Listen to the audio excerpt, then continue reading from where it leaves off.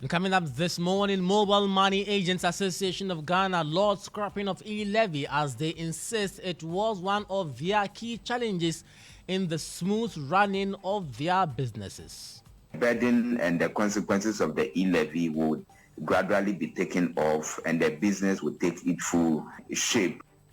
Also coming up, government vows to continue arrest and prosecution of former appointees involved in acts of corruption. Still in this edition, NPP demands complete repeal of LI 2462, which allows mining in forest reserves. You've got the details of these stories and others coming up shortly, but first, let's remind you of our affiliate stations across the country. Starr News is coming to you live on Ultimate 106.9 FM in Kumasi, Empire 102.7 FM in Takrady, Zeps 95.9 FM in Zebila, Nissim 100.1 FM in Lamshao, My Star Radio in the USA, also live on Facebook on Star 1035 FM and on starfm.com.gh around the world. This is Star 103.5 FM, Starr News. Informed, in depth, in touch. Many thanks to you for choosing Starr News. I am Nurain Abbas. This morning, the Mobile Money Agents Association of Ghana has lauded the scrapping of the electronic transactions levy as they insist it was one of their key challenges in the smooth running of their businesses. The ordinary Ghanaian can now heave a huge sigh of relief after Parliament amended and repealed some laws to do away with a number of taxes, including e-levy, betting tax, among others, which the NDC described as unconventional. Here is a report on how the e-levy all started.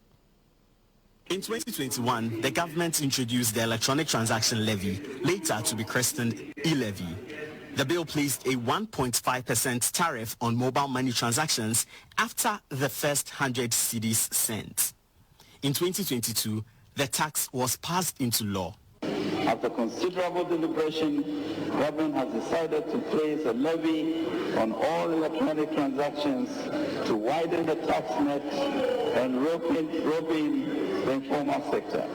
This shall be known as the electronic transaction levy or e-levy. A year after, the 8th Parliament reviewed this tax, reducing it to 1%.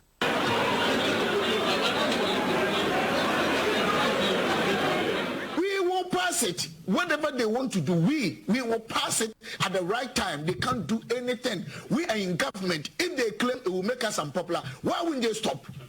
But they know this is going to transform and change the lives of Ghanaians.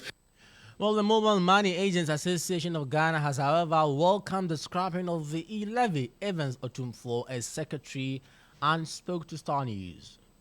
Before the 2024 elections, we have prepared our policy inputs ahead of the manifesto preparation. And our major request was for government to consider scrapping off the e-levy. And so what has really happened at Parliament, which we are expecting that the presidency will be assenting to it very soon, is something that we are really happy of it, because the burden and the consequences of the e-levy would gradually be taken off and the business would take its full shape. You had Evans Otumfuo, who is the secretary of the Mobile Money Agents Association. Now, government has served notice of its intention to continue with the arrest and prosecution of all former appointees allegedly involved in corruption and its-related acts. This follows a clarion call by the largest opposition, NDC, for the Attorney General and Minister of Justice, Dr. Dominic Ayine, to avoid the public commentary and proceed with the prosecution of cases in court if he has any evidence. Addressing the media, Director of Communications of the NPP, Richard Ahinyadba, accused the Attorney General of embarking on political prosecution. This is one of the key things we think that we need to bring to your attention, because it is a deliberate act that a government is undertaking because it feels that perhaps it didn't have enough evidence, or the evidence it has against these individuals that it claim have conducted acts of corruption, that either the evidence they know cannot stand the test of scrutiny in the courtroom, or they simply are engaged in a political persecution to vilify individuals and create disaffection for the new patriotic party. And so the question we ask, ladies and gentlemen, is why the Attorney General is not going to court, but rather going to the media. That was the Director of Communications of the NPP, Richard Ahiad. But speaking to Starr News, Deputy Director of Operations at the Presidency, Mustafa Bande, said the Mahama-led government will ensure former appointees accused of corruption are held accountable. Within the framework of persons who are involved ought to be arrested, they ought to be investigated properly and charged and put before court. Okay.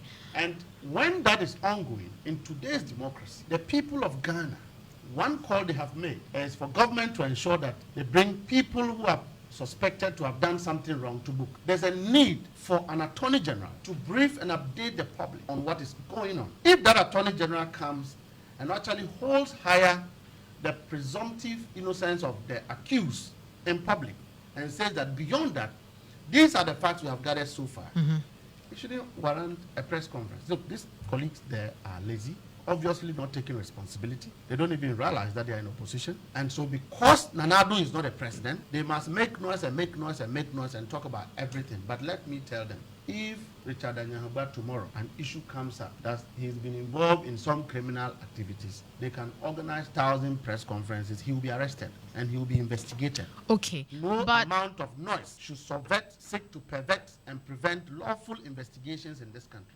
It won't. You had Deputy Director of Operations at the Presidency, Mustafa Bande. You're still listening to the Star Breakfast News. Let's move on to Galamsey now, because the never-ending conversation about illegal mining has popped up again, with the largest opposition New Patriotic Party demanding a complete repeal of LI 2462, which allows for mining in forest reserves.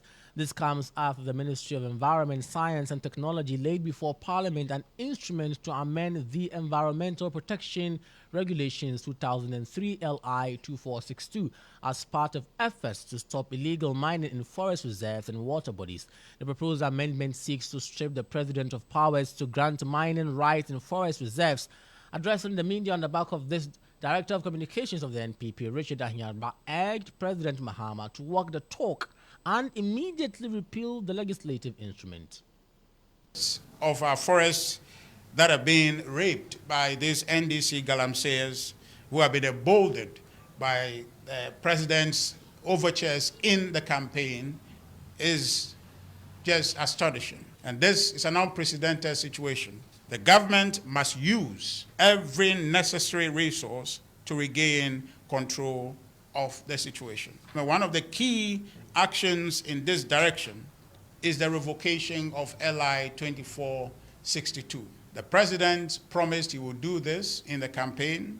We want to remind him that he must do that.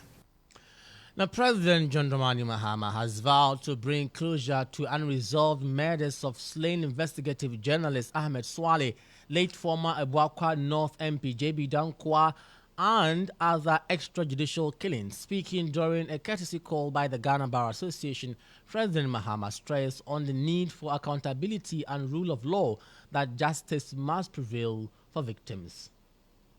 We're committed to the protection of human rights and investigation of significant killings or murders that have remained uninvestigated. And so I've urged the police and the investigative organizations to look more actively in cases like Ahmed Swale, and that is how come a first suspect has been arrested. We're hoping that his interrogation will lead to further arrests of people.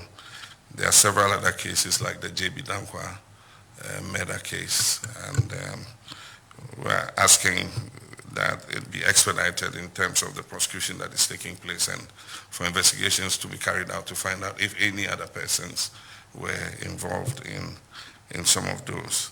And so those are ongoing. You heard President John Dramani Mahama. Now, a law professor at the University of Ghana, Professor Kweju Appiagyei-Etia, has accused state officials of violating the fundamental human rights of the former Director General of the National Signals Bureau, Kobina Edu Buahene, and his wife, Angela Boateng. It follows the breach of a 48-hour detention rule by the state, with the duo being placed in custody since last week for their roles in the diversion of $7 million meant for a cybersecurity project. Speaking to Starr News, Professor Appiagyei-Etia said regardless of the nature of allegations, individuals must be treated in accordance with the law and their constitutional rights upheld.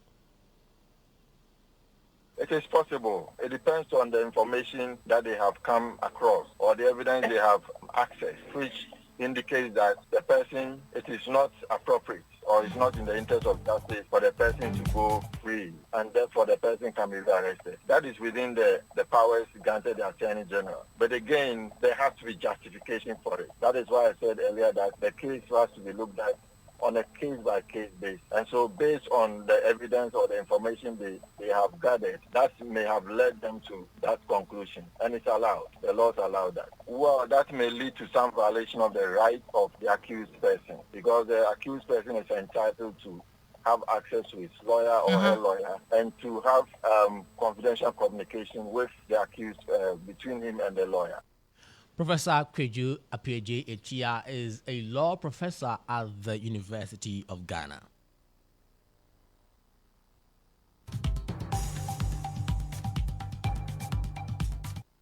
And that brings us to the end of the breakfast news this morning. starfm.com.gh is where you'll find more news update. I am Lorraine Abbas. Many thanks to you for tuning in.